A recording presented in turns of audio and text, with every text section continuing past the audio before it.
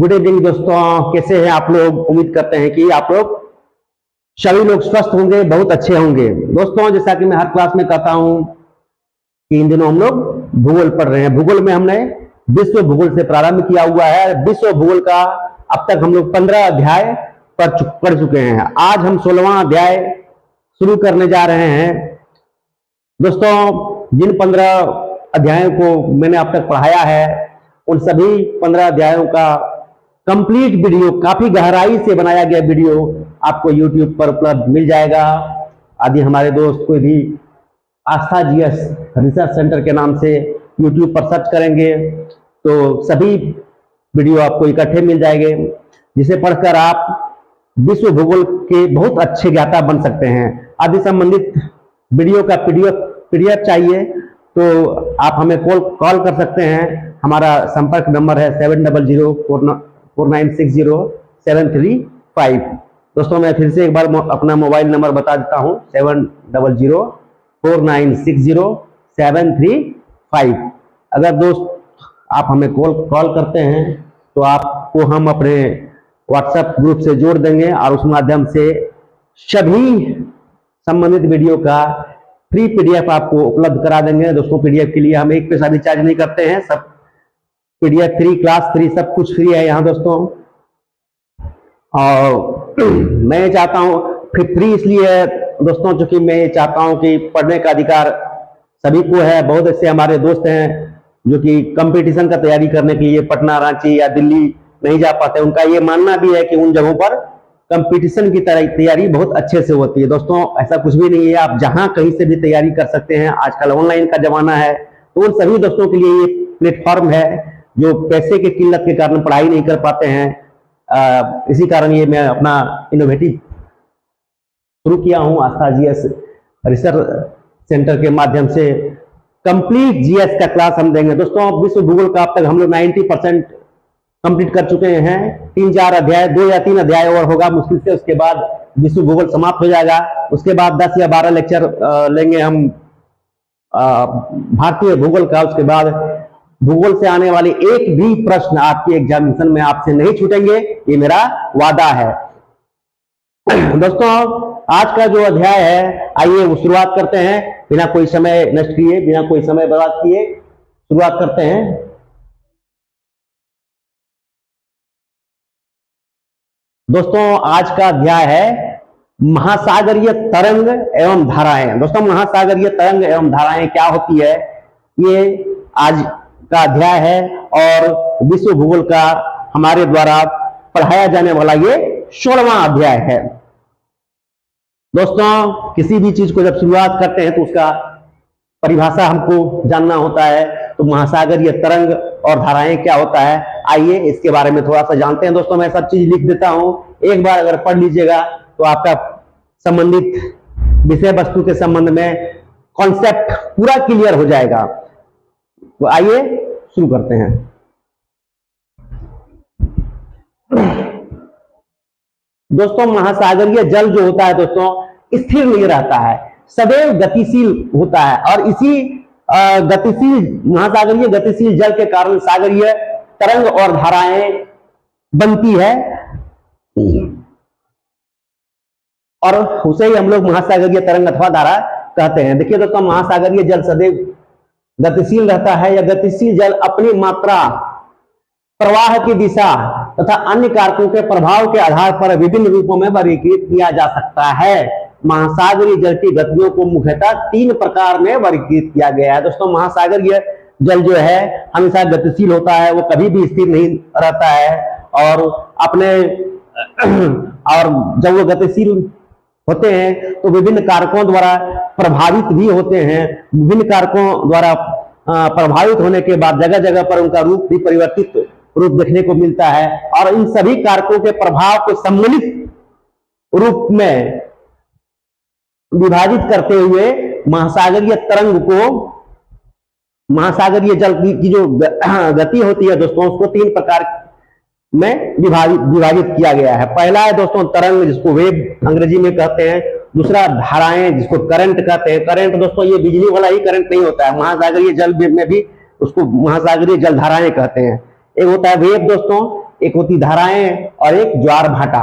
तो ये तीन भाग होते हैं और तीनों भाग के बारे में हम लोग आज विस्तार से पढ़ेंगे दोस्तों। संभवतः ये बहुत ही लंबा अध्याय है और इससे बहुत सारे प्रश्न बनते हैं और कोई भी ऐसा कंपटीशन का एग्जाम नहीं होता है जिससे महासागरीय जल एवं तरंग से सवाल नहीं पूछे जाते हैं। इसका लगभग दोस्तों 2 लेक्चर बनेगा। आज पहला लेक्चर है और कोशिश करेंगे कि 2 लेक्चर में ये पूरा महासागरीय तरंग हम कंप्लीट करें। तो आइए शुरुआत करते हैं। महासागरीय जल की गति को तीन प्रकार में विभाजित किया गया है। एक होता है तरंग। महासागरीय जल की गति जो होती है दोस्तों, उसको 3 भागों में विभाजित किया जाता है। एक होता है तरंगे, दूसरी धाराएं और तीसरी ज्वार भाटा। दोस्तों तरंगे जो होती है, तरंगे महासागरों का सबसे स्पष्ट लक्षण होता है। तरंग जो होती है दोस्तों, वो महासागर का सबसे स्पष्ट लक्षण होते हैं। तरंगे वास्तव में गतिज ऊर्जा है जो कि महासागरीय सतह के ऊपर गति करता है। तरंगे दोस्तों ये जो है वास्तव में गतिज ऊर्जा है जो महासागरीय सतह के सबसे ऊपरी परत जो होता है, क्योंकि जल की सबसे ऊपरी परत जो होता है उसी पे गति करता है। उसी को हम लोग महासागरीय तरंग कहते हैं। तरंग दोस्तों महासागरीय जल के नीचे नहीं होता है, सतह के महासागरीय जल के ऊपरी भाग, सबसे ऊपरी भाग में तरंग होती है। तरंगों में जल कण छोटे वृत्ताकार रूप में गतिशील रहते हैं। ये जल में दोलन गति का प्रतीक है। ये दोस्तों ये जल में दोलन गति के तरंगे जो होती है दोस्तों, जल में किस गति का प्रतीक होता है? तो दोलन गति का प्रतीक होता है। ये क्वेश्चन पूछा जाता है दोस्तों कि तरंगे जो होती है, जल की तरंगे जो होती है, वो किस प्रकार की गति का प्रतीक होता है? तो तरंगे जो होती है वो जल में दोलन गति का प्रतीक होता है। दोलन गति अंग्रेजी में दोस्तों ऑसिलेटरी मोशन का प्रतीक होता है। इसमें समुद्री सतह में तरंगों से समुद्री सतह में निरंतर उत्थान एवं पतन होता रहता है। ये तरंगे जो होती है दोस्तों, इसी से जो ये तरंगे ऐसे ऊपर नीचे करती हुई आगे बढ़ती है और ये जाकर जो कोस्टल एरिया होता है वहां तक जाके खत्म होता है। और इसी ही तरंगों से क्या होता है, समुद्री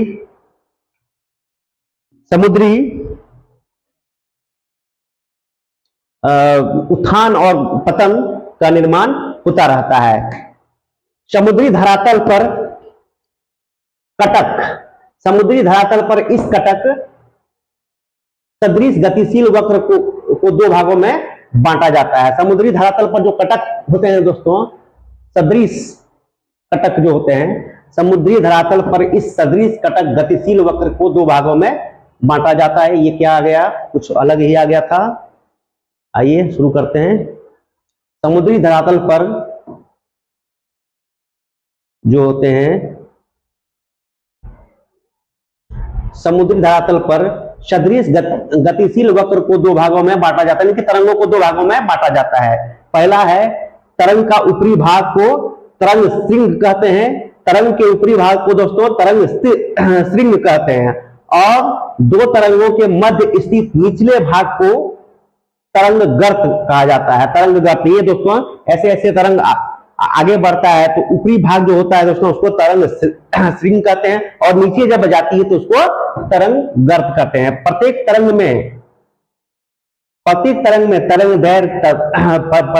में क्या क्या होती है दोस्तों? तरंग दैर्घ्य, गति, ऊंचाई, आवर्तकाल होता है। ये 4 चीजें होती है तरंग में दोस्तों। 4 चीजें होती है, तरंग दैर्घ्य, गति, ऊंचाई और आवर्तकाल। दोस्तों दो श्रृंग या 2 गर्त के बीच की दूरी को तरंग दैर्घ्य कहते हैं। गति तो तरंग में होती ही है और तरंग की ऊंचाई गर्त और श्रृंग के बीच की लंबवत दूरी को ऊंचाई कहते हैं। आवर्तकाल दोस्तों जो रिपीटेशन होता है, मतलब एक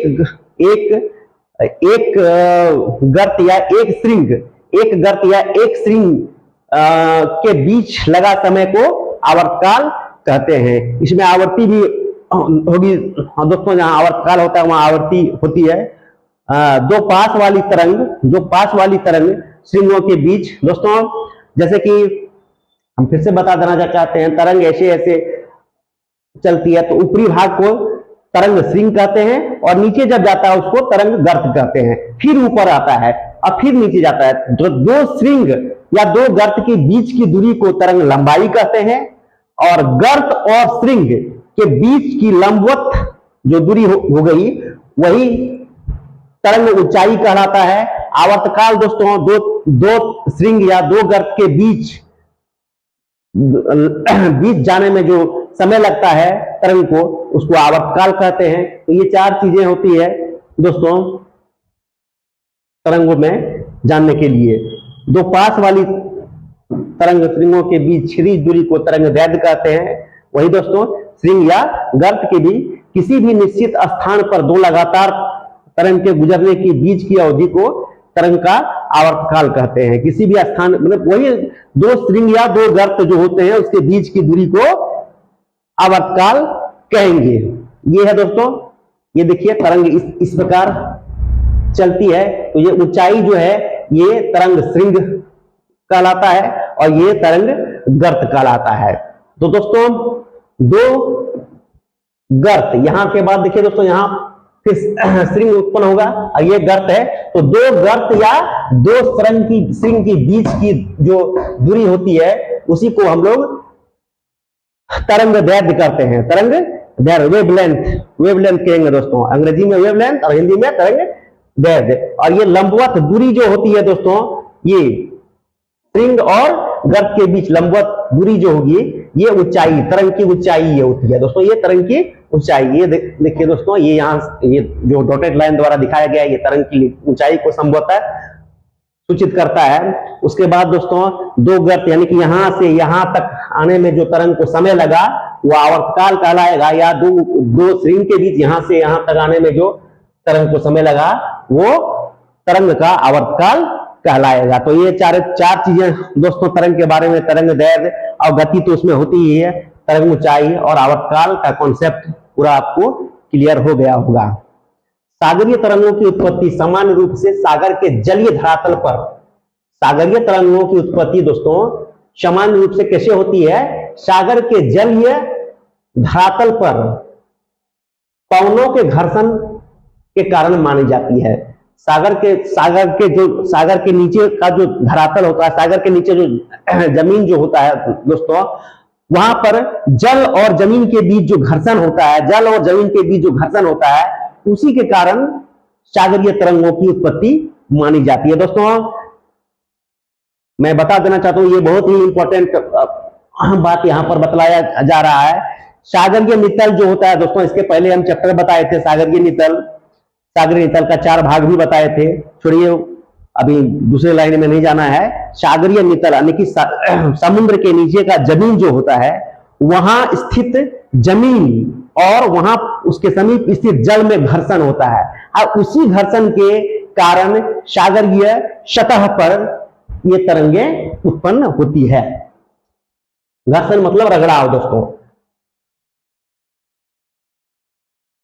सागरीय तरंगों की उत्पत्ति जो है कैसे होती है? सागरीय जलीय धरातल पर पवनों के घर्षण के कारण होती है। पवनों के घर्षण के कारण होती है, पवन के घर्षण के कारण होती है दोस्तों। तरंगों की ऊंचाई पर पवन वेग, तरंगों की ऊंचाई पर पवन वेग, उसके प्रवाहित होने की अवधि तथा सागर के जलीय धरातल के विस्तार का प्रभाव होता है। तो ये है दोस्तों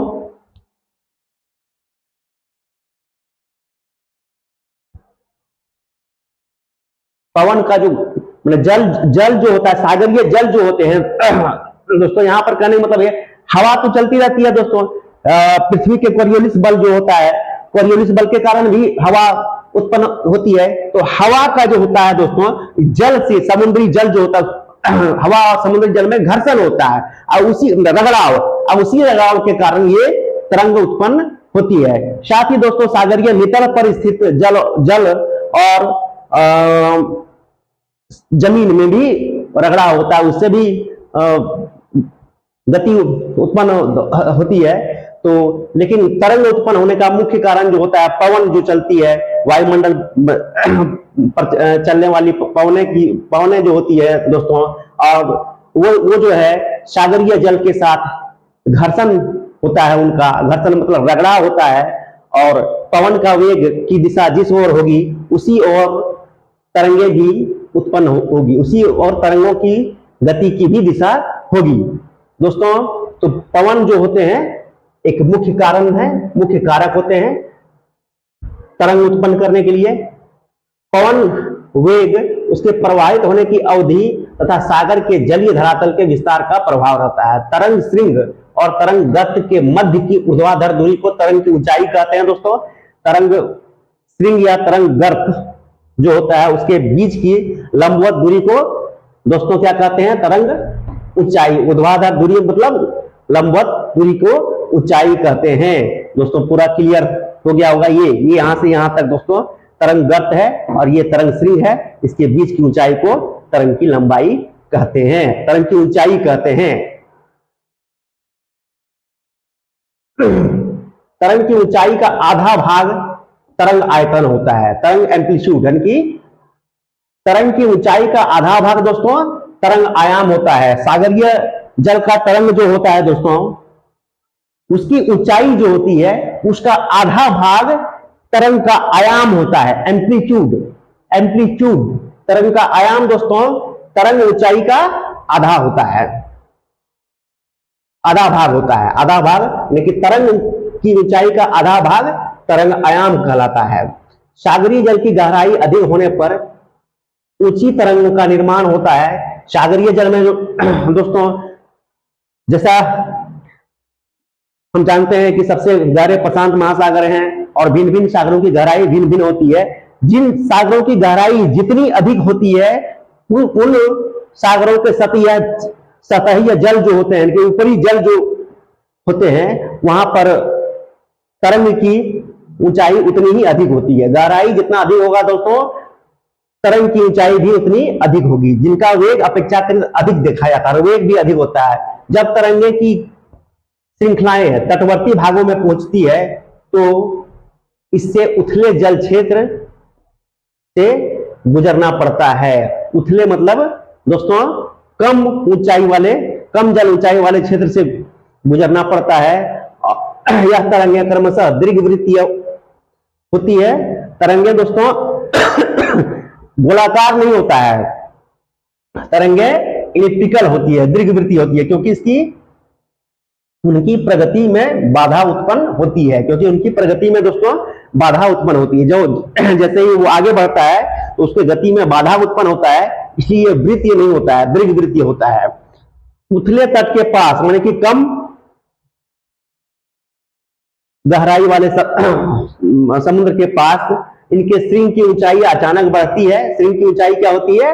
अचानक बढ़ती है तथा उनका अग्र वाला तथा उसका अग्रढाल तीव्र हो जाता है और क्रांतिक बिंदु पर आकर तरंग रूप खंडित होकर विक्षुब्ध जल समूह में बदल जाता है। ये दोस्तों देखिए उथले तट के पास, जब उथले तट के पास क्या होता है, उसके श्रृंग की ऊंचाई अचानक बढ़ती है, उसके श्रृंग की ऊंचाई अचानक बढ़ती है, यानी कि तरंग की भी ऊंचाई बढ़ेगी तथा उसका अग्रढाल मतलब आगे वाला ढाल, आगे वाला ढाल क्या होगा? काफी बढ़ जाएगा और नीचे वाला ढाल, पीछे वाला ढाल कम हो जाएगा। आगे वाला ढाल अचानक बढ़ जाएगा और एक क्रांतिक बिंदु पर आकर तरंग रूप खंडित होकर विक्षुब्ध जल समूह में बदल जाता है। और वो जो तरंग जो होती है सामान्य जल में, विक्षुब्ध जल जिसको कहते हैं सामान्य जल में बदल जाता है, जिसे सर्फ ब्रेकर या श्वास कहते हैं, सर्फ ब्रेकर या श्वास कहते हैं। तट के जिस दूरी पर तरंगे श्रृंग टूटती है, तरंगे का श्रृंग टूटती है, उसे सर्प रूप में, तट से जिस दूरी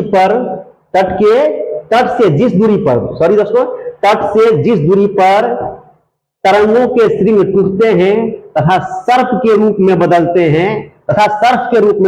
हैं और कुछ दूरी से यदि तट से समांतर रेखा खींची जाए तो प्रतोड़न रेखा, प्लग लाइन कहते हैं। विक्षुब्ध जल का तट की ओर संचालित होने वाला भाग जल उत्धावन तथा समुद्र की ओर वापस लौटने वाला भाग पश्चाधावन कहलाता है। सर्फ धारा के तटीय भाग में काट छाट होती है सर्प के निर्माण के पश्चात जब विशुद्ध जल तटवर्ती भाग के समांतर प्रवाहित होता है तो उसे वेलांचली धारा कहते हैं। तो ये था दोस्तों तरंग ऊंचाई के सर्फ ब्रेकर और स्क्वाश के बारे में एक बार पूरा ढंग से पढ़ लीजिएगा, पूरा कॉन्सेप्ट आपका क्लियर हो जाएगा। अब आइए दोस्तों सागरीय धाराओं के बारे में पढ़ेंगे, ओशियन करंट के बारे में। ओशियन करंट क्या होती है दोस्तों? महासागरीय धाराओं की उत्पत्ति के कारण जो होते हैं वो निम्नलिखित हैं। पृथ्वी की परिभ्रमण गति, पृथ्वी जो घूम रही है दोस्तों उसको पृथ्वी की परिभ्रमण गति कहते हैं। कोरियोलिस बल वहां उत्पन्न होता है और कोरियोलिस बल के कारण पृथ्वी के घूर्णन गति की दिशा में हवाएं भी गतिशील होती है। प्रचलित पवनें, वायु दाब, एटमॉस्फेरिक प्रेशर, वाष्पीकरण एवं वर्षा, इवोपरेशन एंड रेन, घनत्व एवं प्रवणता, घनत्व डेंसिटी होता है, प्रवणता मतलब ढाल होता है, तापमान में अंतर, सागरीय जल, विभिन्न सागरीय जल के तापमान में अंतर होता है, तटरेखा की आकृति तथा महाद्वीपीय तटीय बाधा, ये सब दोस्तों महासागरीय धाराओं की उत्पत्ति के कारक माने गए हैं। पहला था दोस्तों पृथ्वी की परिभ्रमण की गति। पृथ्वी अपनी धुरी पर पश्चिम से पूर्व यानी कि घड़ी की सुई की विपरीत दिशा में घूमती है।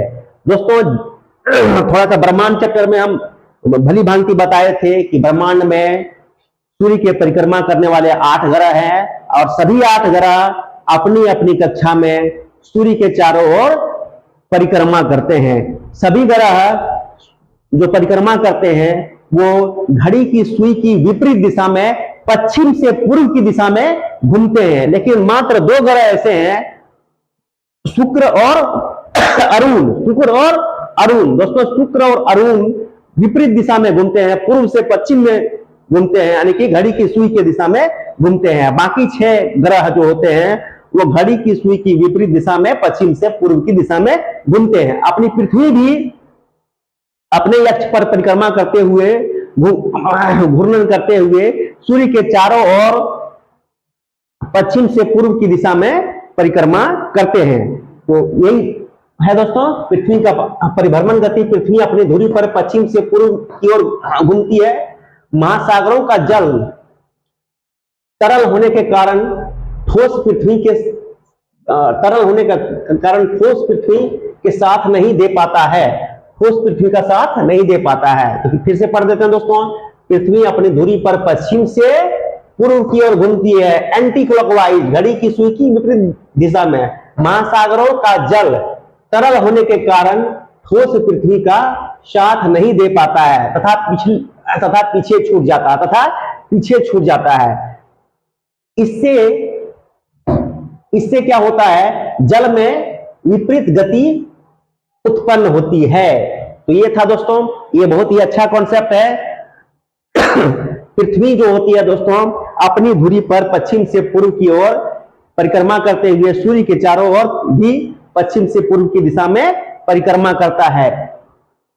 धरातल पर स्थित जल जो है, महासागरों में जो जल होते हैं दोस्तों वो द्रव अवस्था में होने के कारण पृथ्वी के घूर्णन के साथ साथ नहीं घूम पाता है और उसका साथ छोड़ जाता है, जिस कारण पृथ्वी पर स्थित जल जो है वो उसमें पीछे की ओर गति उत्पन्न हो जाता है, यानी कि जमीन आगे निकल जाता है और जल में पीछे की ओर एक गति उत्पन्न हो जाता है। इससे जल में विपरीत गति उत्पन्न होती है। क्लियर हो गया होगा दोस्तों। और तथा वह पूर्व से पश्चिम की ओर धारा के रूप में प्रवाहित होने लगता है, यानी कि कोरियोलिस बल के कारण पृथ्वी की गति को हम लोग कोरियोलिस बल कहते हैं।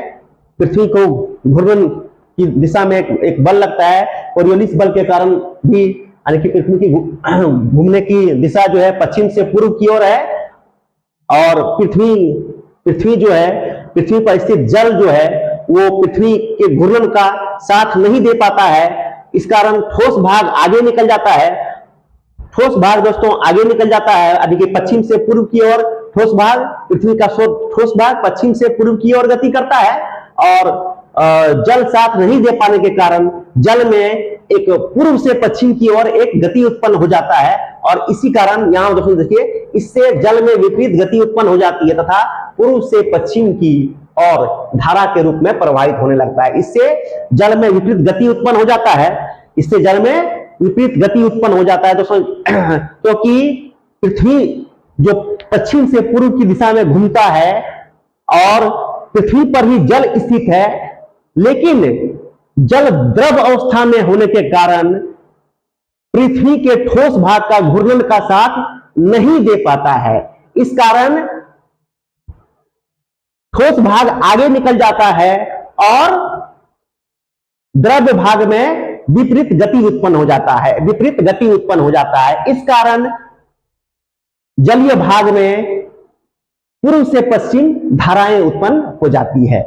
ये था दोस्तों कॉन्सेप्ट, यहां पर भी पढ़ने से इससे जल में विपरीत गति उत्पन्न हो जाती है और पूर्व से पश्चिम की ओर धारा के रूप में प्रवाहित होने लगता है। भूमध्य रेखी धारा इसी कारण उत्पन्न होती है। भूमध्य रेखी धारा इसी कारण उत्पन्न, भूमध्य रेखी धारा जो होती है दोस्तों, जो कि जिसको हम लोग प्रचलित पवन कहते हैं, वो पृथ्वी की परिभ्रमण गति के कारण ही होती है और पूर्व से पश्चिम की ओर चलती है, पूर्व से पश्चिम की ओर चलती है।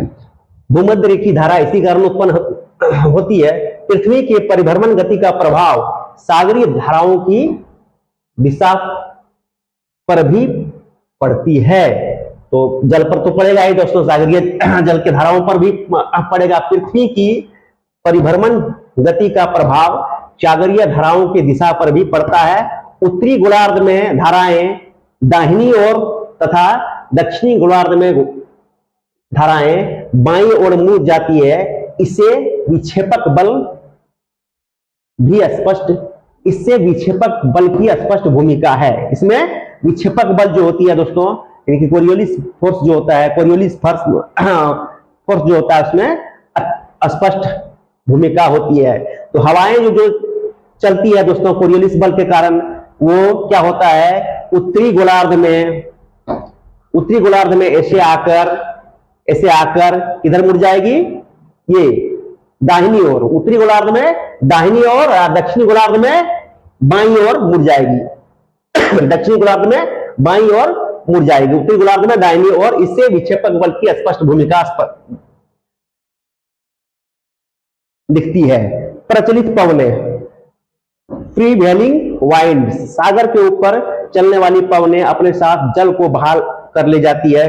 तो ये तो दोस्तों पहले ही बता देते हैं, सागर के ऊपर चलने वाली पवनें जो होती है, वो पवन और जो सागरीय जल जो होते हैं, ऊपरी जल, उन दोनों के बीच घर्षण उत्पन्न होता है। वास्तव में विश्व की अधिकांश जल धाराएं अस्थायी पवनों का अनुसरण करती है। उदाहरण के लिए व्यापारिक पवनें पूर्व से पश्चिम के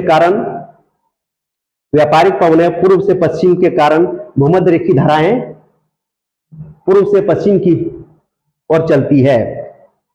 दोस्तों फिर से एक बार पढ़ देता हूं। उदाहरण के लिए व्यापारिक पवनों की गति जो होता है पूर्व से पश्चिम की ओर होती है। इसी कारण जो है भूमध्य रेखी धाराएं भी जो है वो पूर्व से पश्चिम की ओर चलती है। भूमध्य रेखी धाराएं पूर्व से पश्चिम की ओर चलती है। Gulf stream, north Atlantic, gulf stream एवं नॉर्थ अटलांटिक ड्रिफ्ट और पछुआ पवने के प्रवाह की दिशा का अनुसरण पश्चिम से पूर्व की ओर चलती है।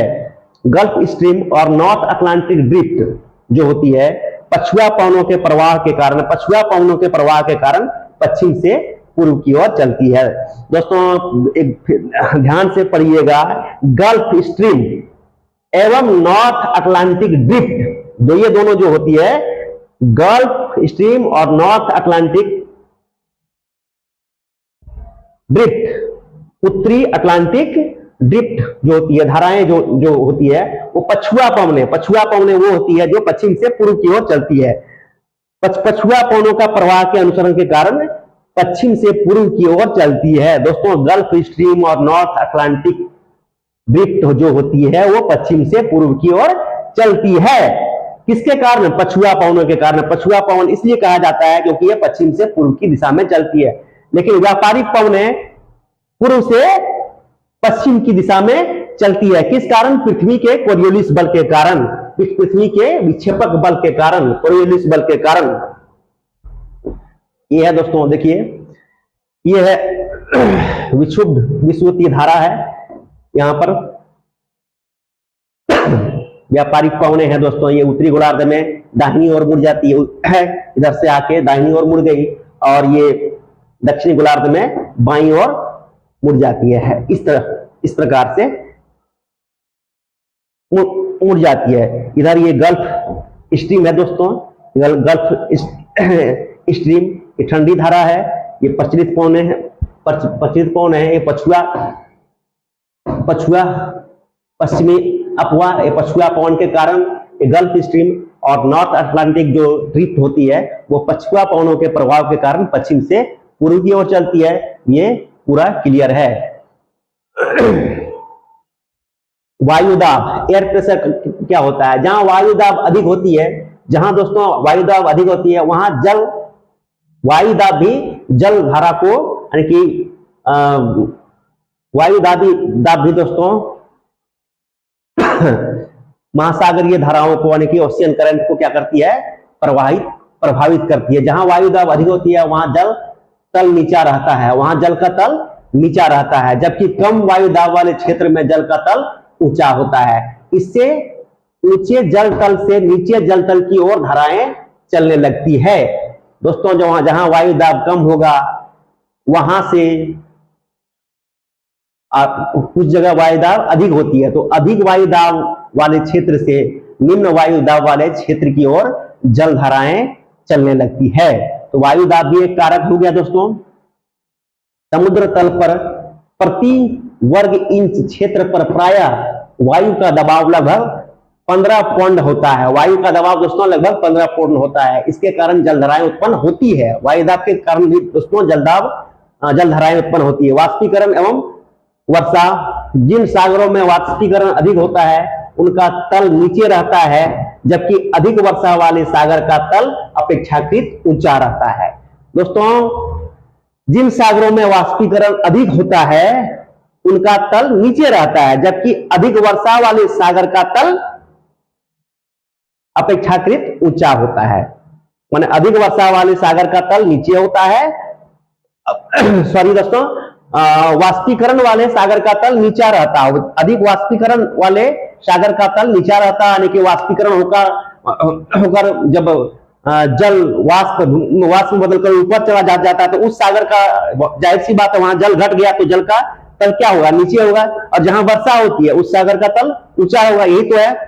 इसलिए ऊंचे जल तल से धाराएं निम्न जल तल की ओर प्रवाहित होती है। दोस्तों सागर तो वर्षा, वाष्पीकरण और वर्षा भी दोस्तों क्या है? जलधाराएं उत्पन्न करने वाले एक महत्वपूर्ण कारक है। ये कॉन्सेप्ट दोस्तों मैं एक बार समझा देता हूं। जिन सागरों में वाष्पीकरण अधिक होती है वहां जल की ऊंचाई कम होती है, जबकि जिन सागरों में वर्षा होती है वहां जल की ऊंचाई अधिक होती है। ये ऊंचाई अधिक और कम होने के कारण अधिक ऊंचाई वाले क्षेत्र से कम ऊंचाई वाले क्षेत्र की ओर जलधाराएं चलने लगती है, जिससे महासागरीय धाराएं यानी कि करंट, ओशियन करंट उत्पन्न होती है। तो वाष्पीकरण एवं वर्षा भी समुद्री जलधाराएं उत्पन्न करने वाले यानी कि ओशियन करंट उत्पन्न करने वाले एक कारक है। इसलिए ऊंचे तल से नीचे तल की ओर धाराएं प्रवाहित होने लगती है। भूमध्य रेखीय जलधाराएं अधिक गर्म होने के कारण ही उत्पन्न होती है। भूमध्य रेखीय जलधाराएं दोस्तों, भूमध्य रेखीय जलधाराएं वर्षा के कारण ही उत्पन्न होती है। दोस्तों भूमध्य रेखीय जलधाराएं जो होती है ये वर्षा के कारण ही उत्पन्न होती है। खास तो ये वाष्पीकरण और वर्षा जो है भूमध्य रेखीय क्षेत्र में, ये भूमध्य रेखीय जलधाराएं उत्पन्न करने वाले महत्वपूर्ण कारक हैं, क्योंकि भूमध्य रेखीय क्षेत्र में जल की जो ऊंचाई होगी वो कम होगी दूसरे समुद्र के अपेक्षा। मतलब कि जब ये समुद्री तल से अगर ऊंचाई मापा जाए तो भूमध्य रेखीय क्षेत्र में जो उसका ऊंचाई होता है दूसरे समुद्र की अपेक्षा कम होता है, इसी कारण जलधाराएं जो है ऊपर से भूमध्य रेखा की ओर चल पड़ती है, जिसे हम लोग व्यापारिक पवनें कहते हैं, और ये जलधाराएं पूर्व से पश्चिम की दिशा में चलती है। इस प्रकार ध्रुव विभागों में वाष्पीकरण कम होता है। दोस्तों ध्रुव विभागों में जाहिर सी बात है वहां जो है ध्रुव विभाग जो है वहां पर सूर्य की रोशनी बहुत कम पड़ता है, तो वाष्पीकरण बहुत कम होगा, लगभग ना के बराबर होगा, क्योंकि वहां हिम छाए रहते हैं, यानी कि बर्फ छाए रहते हैं। जैसे आर्कटिक क्षेत्र, अंटार्कटिका क्षेत्र, ये जो है हिमांक बिंदु तक तापमान होता है, इस कारण वहां वाष्पीकरण नहीं होता है। इस प्रकार ध्रुवीय भागों में वाष्पीकरण कम होता है तथा हिम पिघलने से पानी की मात्रा बढ़ जाती है। हिम पिघलने से क्या होता है, पानी की मात्रा बढ़ जाती है, इसलिए ध्रुवीय भागों से धाराएं चलने लगती है, ध्रुव भागों में धाराएं चलने लगती है। हिम पिघलने से क्या होती है दोस्तों, जल स्तर ऊंचा हो जाता है और ध्रुव भागों में जलधाराएं चलने लगती है। घनत्व प्रवणता, जिन सागरों में लवणता कम होती है, जिन सागरों में दोस्तों लवणता कम होती है उसका घनत्व कम होता है, यानी कि घनत्व ही जो है एक महत्वपूर्ण कारक होगा। जिन सागरों की लवणता कम होती है उसका घनत्व भी कम होती है। अगर लवणता अधिक होगा तो उसका घनत्व भी अधिक होता है। दोस्तों लवणता सागरीय जल के घनत्व को कम और अधिक करता है। लवणता बढ़ाने पर उसका घनत्व भी बढ़ेगा और लवणता घटाने पर उसका घनत्व भी घटेगा, तथा जलधाराएं अधिक घनत्व से कम घनत्व की ओर प्रभावित होती है। यह भी एक मेन मुख्य कारक है दोस्तों। घनत्व प्रवणता, जिन सागरों की लवणता कम होती है वहां के जल का घनत्व भी कम होगा, और जिन सागरों की लवणता अधिक होती है वहां का घनत्व भी कम होती है, जिस कारण निम्न घनत्व वाले क्षेत्र अधिक घनत्व वाले क्षेत्र से निम्न घनत्व वाले क्षेत्र की ओर जलधाराएं चलने लगती है। तो घनत्व प्रवणता भी एक महत्वपूर्ण कारक है जलधाराएं उत्पन्न करने का। ध्रुवों पर बर्फ पिघलने और भूमध्य रेखा पर अत्यधिक वर्षा होने के कारण लवणता और घनत्व का कम प्रभाव रहता है। ध्रुवों पर दोस्तों ये लवणता का जो होता है ध्रुवों पर और ये भूमध्य रेखा पर प्रभाव नहीं पड़ता है, क्योंकि यहाँ पर ध्रुवों पर बर्फ पिघलने के कारण और भूमध्य रेखीय क्षेत्र में अधिक वर्षा होने के कारण वहां स्वच्छ जल बना रहता है, इसलिए उन क्षेत्रों में ये लवणता का प्रभाव नहीं पड़ता। तापमान में अंतर, अधिक तापमान के कारण जल गर्म होकर फैलता है।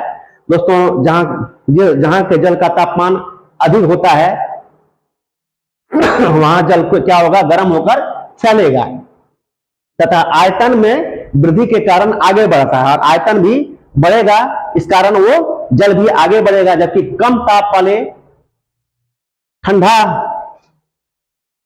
कम ताप में जल ठंडा होकर सिकुड़ता है। अधिक ताप होने के कारण क्या होता है दोस्तों, जल फैलकर आयतन को बढ़ाता है, अपने आयतन को बढ़ाता है। ये पृष्ठतनाव में भी बोला गया है दोस्तों। पृष्ठतनाव किसी द्रव पदार्थ का वह पृष्ठतनाव किसी द्रव पदार्थ का वह गुण है जिसके कारण वो अपने स्पर्श की सतही क्षेत्रफल को न्यूनतम बनाने की प्रवृत्ति रखती है। जनरली कोई भी द्रव पदार्थ अपने स्पर्शी सतह के क्षेत्रफल को न्यूनतम बनाने की प्रवृत्ति रखती है। गर्म करने पर क्या होगा कि जल फैलेगा और उसका आयतन भी बढ़ेगा। जबकि ठंडे जल का क्या होगा, ठंडे जल में क्या होता है दोस्तों, तापमान कम होता है और उसका क्षेत्रफल, स्पर्शी क्षेत्रफल भी कम होता है, यानी कि वो सिकुड़ता है, जबकि गर्म जल फैलता है, जिस कारण गर्म जल से ठंडे जल की ओर जलधाराएं बहने लगती है, जलधाराएं उत्पन्न होती है। यही है दोस्तों सिकुड़ता। इस कारण भूमध्य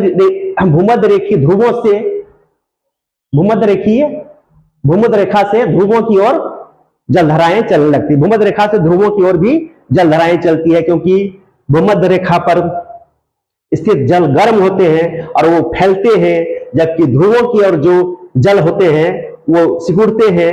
इस कारण भूमध्य रेखा से ध्रुवों की ओर जलधाराएं चलने लगती है। ये भी एक महत्वपूर्ण कारक है जलधाराएं उत्पन्न करने के लिए। महाद्वीपीय तटीय बांध है, तटीय बांध है। महाद्वीपों में जो तटीय बांध होते हैं, कॉन्टिनेंटल कोस्टल बैरियर जो होते हैं, वो भी जलधाराएं उत्पन्न करने के कारक माने जाते हैं। जब जलधाराओं के मार्ग में स्थलीय भाग आ जाता है, जब जलधाराओं के मार्ग में स्थलीय भाग आ जाता है, तो जलधाराएं दो भाग में बढ़ जाती है। दोस्तों, जब किसी जलधाराओं के मार्ग में कोई स्थलीय भाग आ जाता है, तो जलधाराएं दो भागों में बढ़ जाती है। उत्तरी गोलार्ध में ब्राजील जलधारा की उत्पत्ति का कारण तटीय भाग ही है। दोस्तों, जलधाराएं एक बहुत इंपॉर्टेंट भाग है। जब जलधाराओं के मार्ग में कोई स्थलीय भाग आ जाता है, तो जलधाराएं दो भागों में बढ़ जाती है। ये कॉन्सेप्ट याद रखिएगा दोस्तों। जब किसी जलधारा, चाहे गर्म जलधारा हो या ठंडी जलधारा हो, आगे हम लोग पढ़ेंगे दोस्तों कि जलधाराएं दो प्रकार के होते हैं, ठंडी जलधारा और गर्म जलधारा। तो जब भी किसी जलधारा के मार्ग में कोई स्थलीय भाग, कोई द्वीप या कोई पर्वत आ जाता है, तो जलधाराएं दो भागों में बंट जाती है और उनका नामकरण भी वहां पर अलग अलग नामों से हो जाता है, जिसके बारे में हम लोग आगे पढ़ेंगे।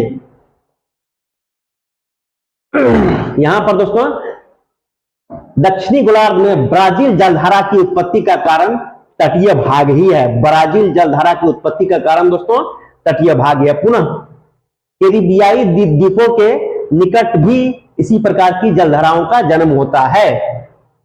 कैरिबियाई द्वीपों में इस तरह के जलधाराओं का कोरियोलिस बल एक और है दोस्तों।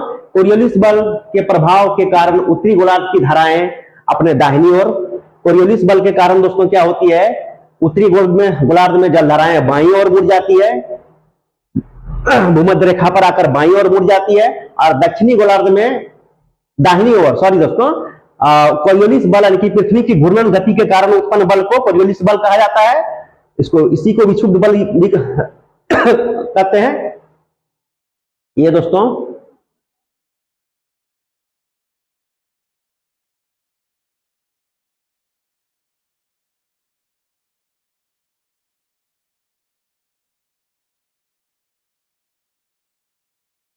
विक्षेपक बल यानी कि कोरियोलिस बल वही है।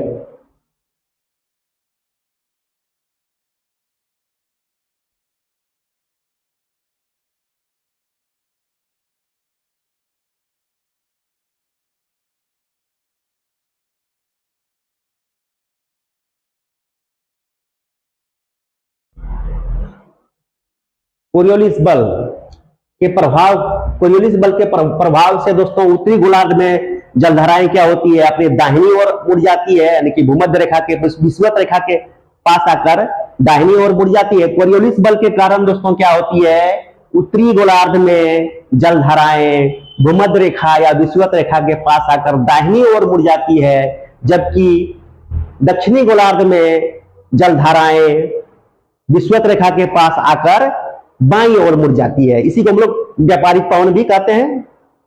उसके साथ चलने वाले पवन को व्यापारिक पवन कहते हैं। तथा दक्षिणी गोलार्ध में धाराएं बाईं ओर मुड़ जाती है। महासागरीय धाराओं के संचरण की इस सामान्य व्यवस्था का एकमात्र प्रसिद्ध अपवाद हिंद महासागर के उत्तरी भाग में पाया जाता है। महासागरीय धाराओं के संचरण की इस प्रकार जो संचरण होता है दोस्तों, यानी कि उत्तरी गोलार्ध में दाहिनी ओर मुड़ जाना और दक्षिणी गोलार्ध में बाईं ओर मुड़ जाना, ये जो होती है महासागरीय जलधाराओं का ये नियम, जो चलने का जो नियम है, ये इस व्यवस्था का एकमात्र प्रसिद्ध अपवाद जो है वो हिंद महासागर के उत्तरी भाग में पाया जाता है। यहां इसकी दिशा मानसूनी हवाओं की दिशा में परिवर्तन के साथ बदल जाती है। वहां पर क्या होती है दोस्तों, यानी कि हिंद महासागर जो है इसका अपवाद है हिंद महासागर के उत्तरी भाग में। हिंद महासागर के दोस्तों उत्तरी भाग में, यानी कि खास करके बंगाल की खाड़ी, समुद्र और यहां पर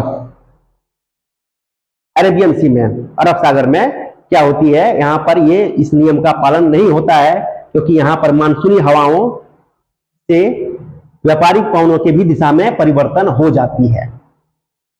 महासागरीय जलधाराओं की प्रकृति के बारे में हम लोग नेक्स्ट क्लास में पढ़ेंगे दोस्तों, यहां तक रखिए। यहां पर हम लोग महासागरीय तरंग और धाराओं के बारे में पढ़े।